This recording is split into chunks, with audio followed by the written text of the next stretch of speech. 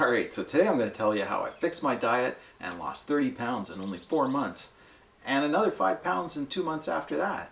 That's this much weight. The weight of these two turkeys. And what show is this? Really?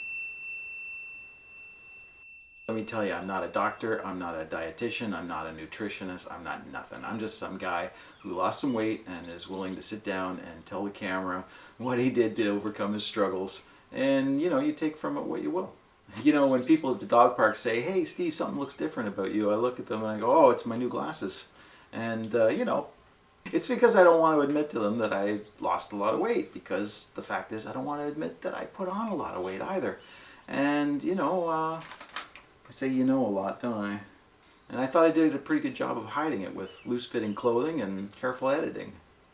So before I discovered this change in diet, I tried everything. I tried exercising. I got myself a furry little fitness machine and went walking. And we do walk, let me tell you. She and I walk anywhere between 5 and 10 kilometers a day. Every day. Every day. I know. But, for a while there, I was desperate. I was climbing stairs, swinging weights while I was climbing stairs. The problem with that approach to weight loss is that one cheat day will set you back for the whole week that you've made gains, very, very slow gains, climbing or running or whatever exercise you're doing. Whereas changing your diet, getting rid of carbohydrates, it's effortless. There is nothing to it. You just have to accept that, okay, well, I'm never going to eat any more pizza or birthday cake or ice cream or whatever, but... And this is me in the exact same shirt. Look at the difference. Unbelievable, huh? Alright, the truth is I was brought up in the stupid ages, when corporations lied to the public just to increase their market shares and their profit margins. And, we were sold food that was essentially not good for us. Of course, I'm talking about grain products. The seeds of different grasses can be processed into different edible products like bread and cornmeal and oatmeal and tofu and things like that. But the fact is, my pre-civilization ancestors and monkey progenitors never ate that kind of food. But, the fact of the matter is, it's really not so much about what I do as what I don't do. Alright, so, this diet I'm on, well, if you can call it a diet, it's more of a change in diet. But anyway, it lies somewhere between, paleo and keto and Atkins, somewhere in that range.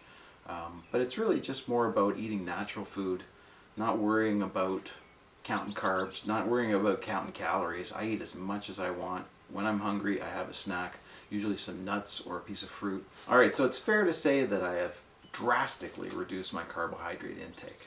Okay? Not entirely. I still eat carrots and yams and sweet potatoes and beets, all those kind of foods that grew out of the ground that are known for being heavy in carbohydrates.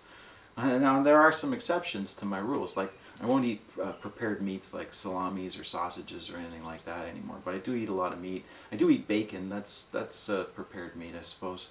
I eat a lot of cheese, and it's a prepared food. It's a processed food, but I do eat it.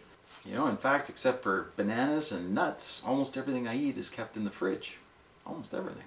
Well, I say no processed foods, but again, there's some exceptions, like I'll allow myself pickles and olives and sauerkraut, things like that. And we make sourdough bread from scratch at my house, so I allow myself 1 or 2 slices a day.